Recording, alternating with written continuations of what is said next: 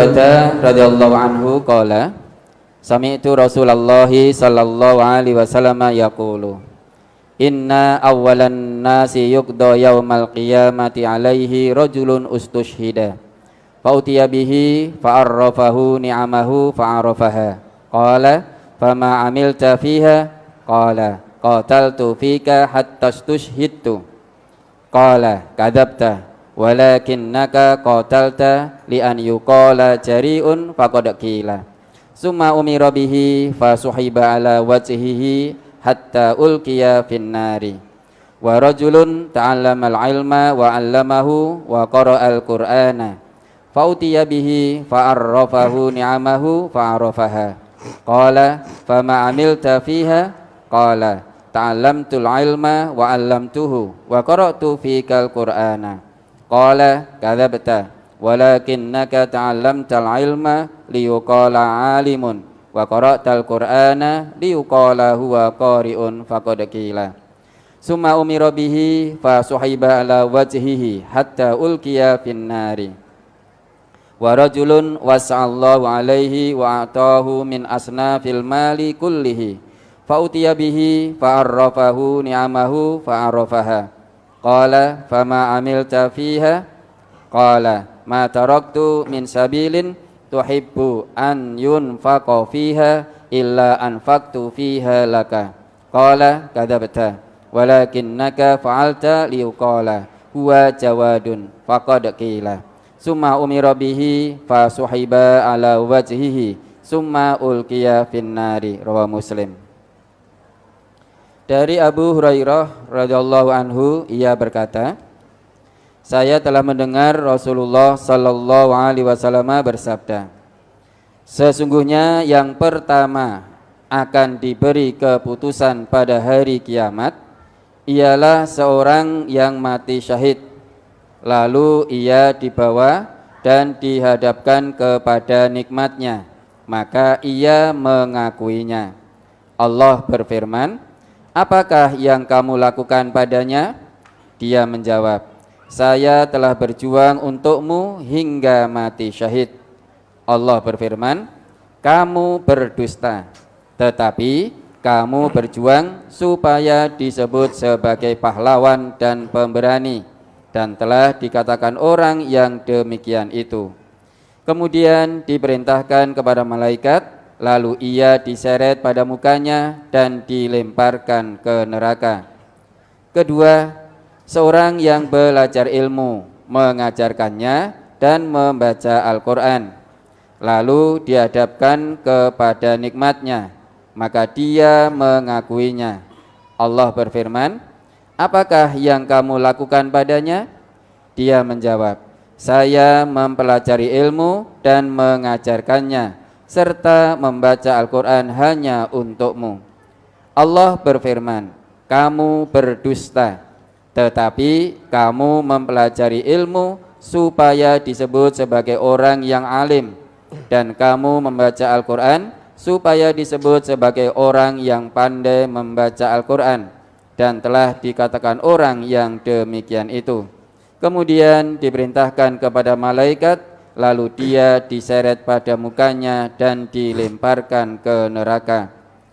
Ketiga, seorang hartawan yang diberi keluasaan kekayaan yang bermacam-macam oleh Allah, lalu ia dihadapkan kepada nikmatnya, maka ia mengakuinya. Allah berfirman, apakah yang kamu lakukan padanya? Dia menjawab, tidak satu jalan pun yang kau sukai agar jalan itu diberi harta, melainkan sudah saya beri dengan harta itu semata-mata untukmu. Allah berfirman, kamu berdusta. Kamu berbuat yang demikian itu agar dikatakan sebagai orang yang dermawan, dan telah dikatakan orang yang demikian itu. Kemudian diperintahkan kepada malaikat, lalu dia diseret pada mukanya dan dilemparkan ke neraka. Hadis riwayat Muslim, juz 3 halaman 1514, nomor 152. Pertanyaan, ketika saya membaca berulang-ulang hadis tersebut, saya menangis, takut, khawatir takut, khawatir jika saya masuk ke kategori kedua dan ketiga, yakni belajar dan mengajarkan ilmu tetapi masih terkontaminasi hal-hal seperti merasa lebih pandai, ada kebanggaan diri saat orang yang kita ajarkan menyebut diri kita. Bagaimanakah cara untuk bisa menjaga hati saat kita belajar dan mengajar agar tetap ikhlas karena Allah, Ustaz? Ya, jadi memang ya, dalam beribadah kepada Allah, kalau kita tidak hati-hati, ziyadatut ta'ah, ziyadatul ilmi, jadi bertambahnya ketaatan kepada Allah, bertambahnya ilmu, itu kalau tidak dilandasi dengan hati yang bening, maka sangat berbahaya.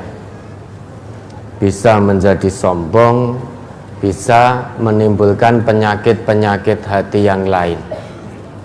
Nah, bagaimana caranya agar hati ini terjaga dari hal-hal yang demikian?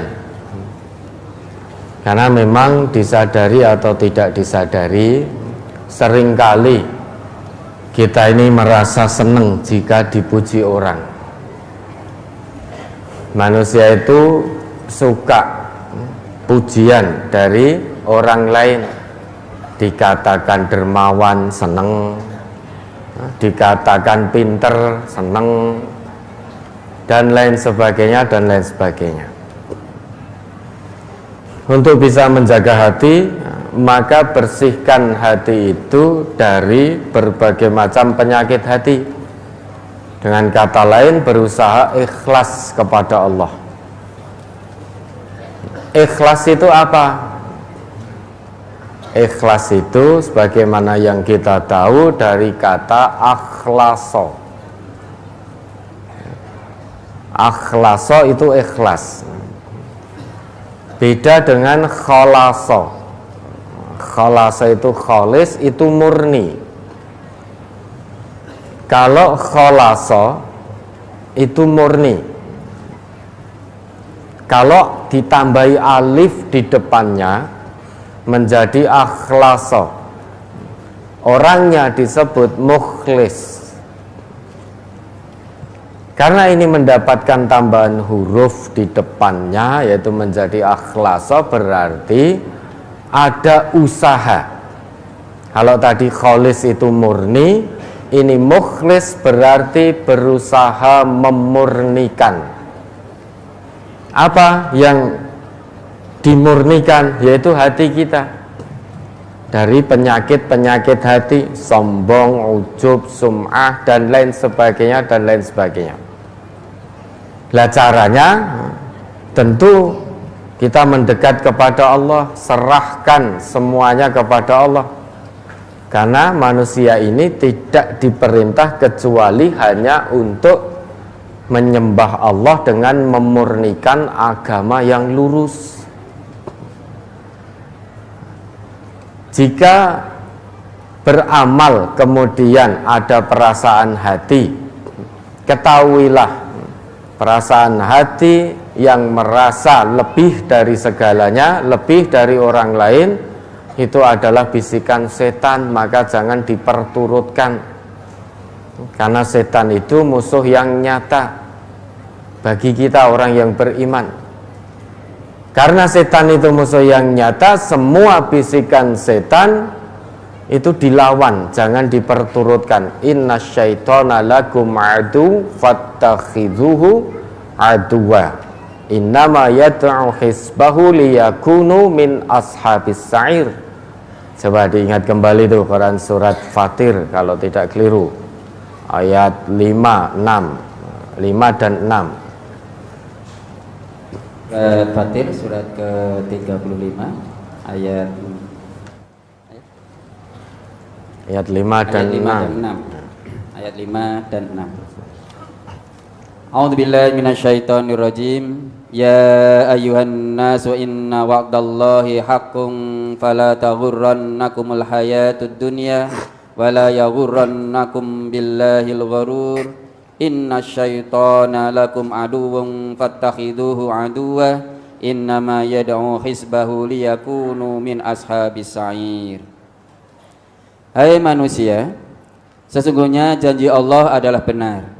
Maka sekali-kali janganlah kehidupan dunia memperdayakan kamu, dan sekali-kali janganlah syaitan yang pandai menipu memperdayakan kamu tentang Allah. Sesungguhnya syaitan itu adalah musuh bagimu, maka anggaplah ia musuhmu, karena sesungguhnya syaitan itu hanya mengajak golongan karena sesungguhnya syaitan itu hanya mengajak golongannya supaya mereka menjadi penghuni neraka yang menyala-nyala. Ya dah. Ayat 6 itu Allah jelaskan pada kita, inna syaitana lakum adu fattakhidhuhu aduwa. Sesungguhnya setan itu musuh yang nyata. Logika sederhananya, musuh itu harus dikalahkan. Bagaimana cara mengalahkan musuh? Allah berikan jalannya, yaitu fattakhidhuhu aduwa. Maka perlakukan setan juga sebagai musuh. Jangan diperlakukan sebagai teman setia. Kalau musuh itu dijadikan teman setia dalam arti bisikan-bisikan setan terus kita ikuti, maka kita yang akan kalah, tidak mungkin menang. Ya. Orang itu terhadap musuh, kalau dia mengambil sebagai teman setia, maka dia akan kalah. Begitu pula bisikan-bisikan setan itu adalah musuh bagi orang yang beriman. Jangan diperturutkan. Maka setiap datang bisikan di hati yang jelek-jelek, sadar dan yakini bahwa itu bisikan setan, harus segera dilawan. Karena kalau tidak dilawan, berbahaya. Karena setan itu mengajak golongannya menuju neraka yang menyala-nyala. Innama yad'u hisbahu min ashabis sa'ir liyakunu min ashabis sa'ir.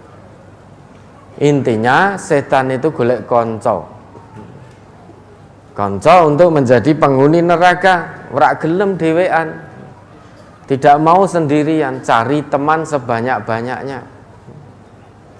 Nah, kalau ada bisikan di dalam hati kita, misalkan kita taat beribadah, ada orang yang memuji bahwa kita orang soleh, kita tertib, infak, zakat, sedekah, ada orang memuji kita orang lomo, dermawan. Kalau menurut Nabi, apa yang harus dilakukan kalau ada orang memuji? Sawuri, pasir. Kalau sekarang jenengan nyawuri dijak padu tenan. Bedanya itu, beda dengan generasi muslim awal dulu. Maka dulu pernah ada seseorang itu memuji Khalifah Utsman bin Affan. Anna rajulan ja'ala yamdahu Utsman fa'amidal miqdadu fajasa ala rukbataihi wa kana rajulan dakhman faja'ala yahsu fi wajhihil hasba'a. Ketika Miqdad mendengar ada orang yang memuji Khalifah Utsman, Miqdad lalu datang pada orang itu. Nah, karena Miqdad ini perawakannya tinggi besar, lebih besar dari orang yang memuji tadi, lantas Miqdad duduk berlutut. Nah, jadi duduk di atas lututnya, gendure podo, gitu loh. Karena Miqdad itu perawakannya tinggi besar. Kemudian setelah duduk berlutut di hadapan orang yang memuji Khalifah Utsman tadi, apa yang dilakukan Miqdad? Faja'ala yahsu fi wajhihil hasba'a. Kemudian Mikdad menaburkan, nyawurke pasir yang bercampur kerikil, bukan hanya turab namun hasba. Jadi hasba itu pasir bercampur kerikil. Melihat itu, faqala lahu Utsman, Khalifah Utsman berkata kepada Mikdad, "Ma sya'nuka? Kenapa kamu?" Mikdad dengan tenang menjawab, bahwasanya inna Rasulullah sallallahu alaihi wasallam qala, sesungguhnya Rasulullah sallallahu alaihi wasallam pernah bersabda, idza ra'aitumul maddahina fahsu fi wujuhihimut turaba. Jika kamu melihat orang yang suka memuji, maka taburkan debu di wajahnya. Mendengar jawaban Mikdad itu, orang Islam zaman dulu kalau itu sudah dari Nabi, taslim. Orang ngejak padu. Beda dengan zaman sekarang, orang Islam sekarang. Ada yang memuji, disawuri. Bahkan ketika kita memuji, kita disawuri, yo ngejak padu juga. Kenapa kok dilakukan? Oh, dulu Rasulullah bersabda, agar kita menaburkan pasir di muka orang yang suka memuji. Was, orang hadis-hadisan. Orang sekarang seperti itu. Padahal mengamalkan apa yang menjadi petunjuk Nabi. Tujuannya apa? Biar kita terhindar dari riya, sum'ah dan lain sebagainya. Karena kalau kita perturutkan pujian itu, orang yang hatinya penuh dengan riya, lupa dengan Allah, begitu dipuji biasanya dia berjalan seperti di awang-awang, sirai gede, ya, berjalan seperti ringan ngeleyang begitu. Kalau kita memperturutkan pujian itu dan merasa lebih dari yang lain, ketahuilah, tanpa sadar kita telah punya pola pikir iblis. Ya, iblis itu merasa lebih baik daripada Adam. Maka ketika diperintah oleh Allah untuk sujud kepada Adam, jawabnya langsung seketika, bahwa ana khairum minhu, aku lebih baik darinya. Sehingga sudah terlambat Bapak Ibu kalau kita merasa dan punya perasaan lebih dari orang lain, itu sudah terlambat. Dulu sudah ada iblis yang mendahului. Sudah ada iblis yang mendahului. Iblis itu sudah sombong, merasa lebih dari orang lain. Merasa lebih dari Adam, meski diperintah oleh Allah untuk menyembah Adam, tetap tidak mau karena merasa lebih baik. Nah, kalau kita juga merasa lebih baik daripada orang lain, merasa lebih paling segalanya dari orang lain, nah berarti apa? Kalau ada orang yang merasa paling atau lebih baik dari orang lain, berarti juga punya sifat atau pola pikir sebagaimana iblis. Jadi sudah sangat terlambat kalau mau sombong, sehingga tidak ada manfaatnya, rugi karena sudah ada iblis, ada Fir'aun, ada Qarun, ada Haman. Kesudahannya semua binasa, semua sengsara. Bahkan karena kesombongannya Fir'aun itu mati, jadi mayat mengambang. Sampai sekarang masih bisa dilihat, dijadikan pelajaran bagi generasi sesudahnya. Binasa sengsara karena kesombongannya. Sombong dengan kekuasaan, dengan jabatan, dulu juga sudah ada, yaitu Fir'aun. Maka sekarang kalau ada orang yang punya jabatan kok sombong, wis telat banget gitu. Sudah sangat terlambat, sudah ada Fir'aun duluan. Mau sombong dengan kekayaan, sudah ada Qarun. Bahkan hartanya sampai sekarang masih dicari.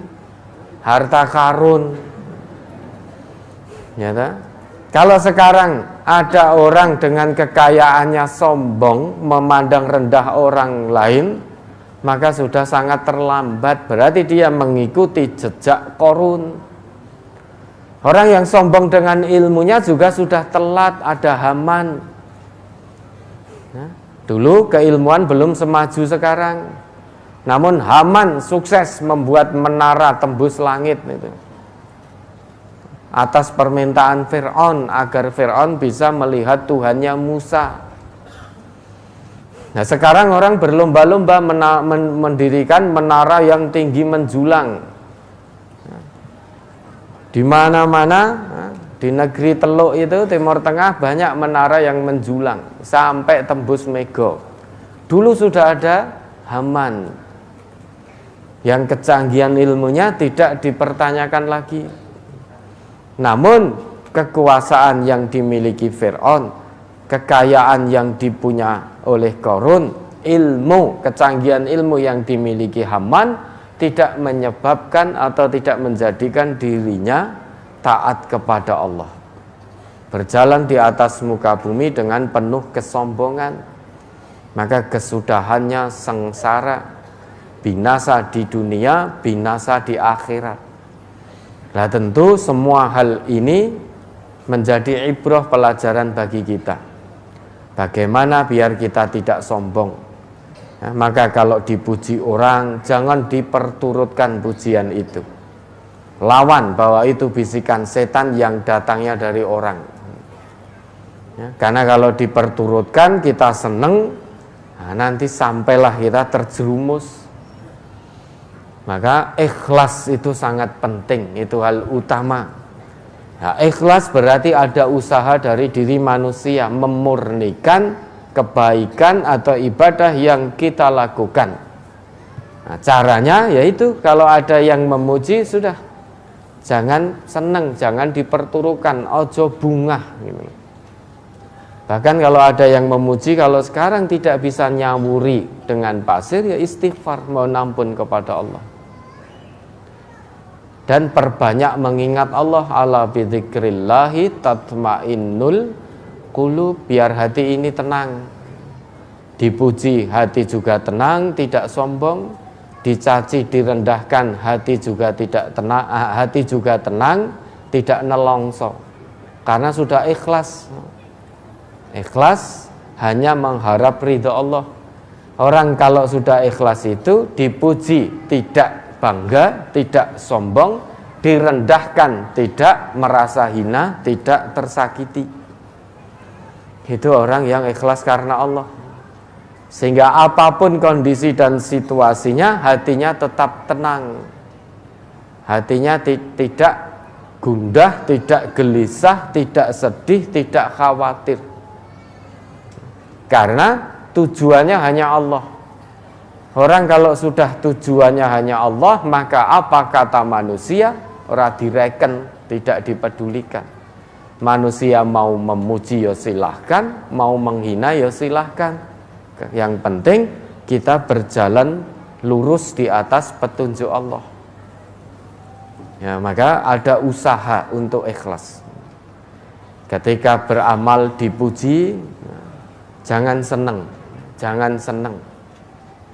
Kalau ada hati merasa gembira dipuji, segera mohon ampun kepada Allah.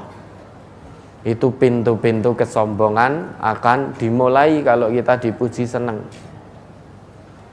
Oke, ada lagi.